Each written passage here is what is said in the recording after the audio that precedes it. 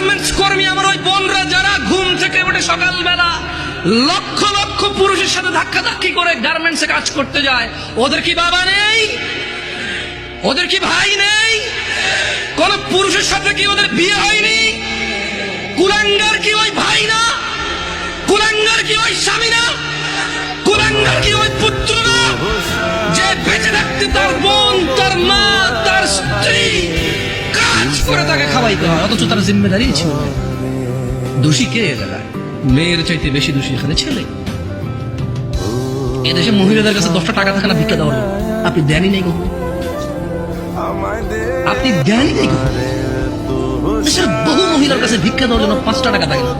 একটা ফকির আসবে 2 টাকা ভিক্ষা দিব, টাকা নাই তার কাছে, আপনি দেন না তাকে।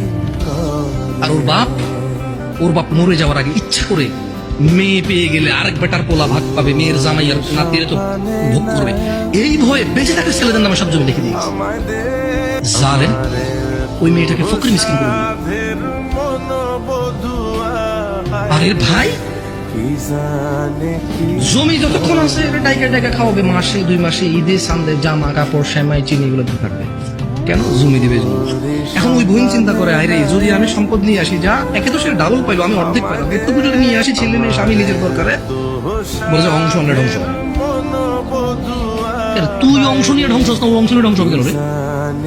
তোর বাপের অংশ তুই খাবি, তুই ধ্বংস হবি না। তোর বাপের অংশ তোর বোনে খাবে, সে তার বাপের অংশ খাবে, সেখানে ধ্বংস হবে। তোকে যা আল্লাহ নির্ধারণ করে দিয়েছে, নির্ধারক আল্লাহ, এখানে তোর অধিকার রেখেছে আল্লাহ, ওই মেয়ের জন্য অধিকার রেখেছে আল্লাহ, তুই খালি ধ্বংস হবি না, ও খালি ধ্বংস হবে কেন? এদেশের বাপ ভাই সবাই প্রায় জুলুম করে মেয়ের প্রতি, স্ত্রীর প্রতি, এখন মায়ের প্রতি। প্রায় ছেলেরা তাদের বাপকে যেভাবে ভয় পায়, মাকে সেভাবে ভয় পায় না। প্রায় ছেলেরা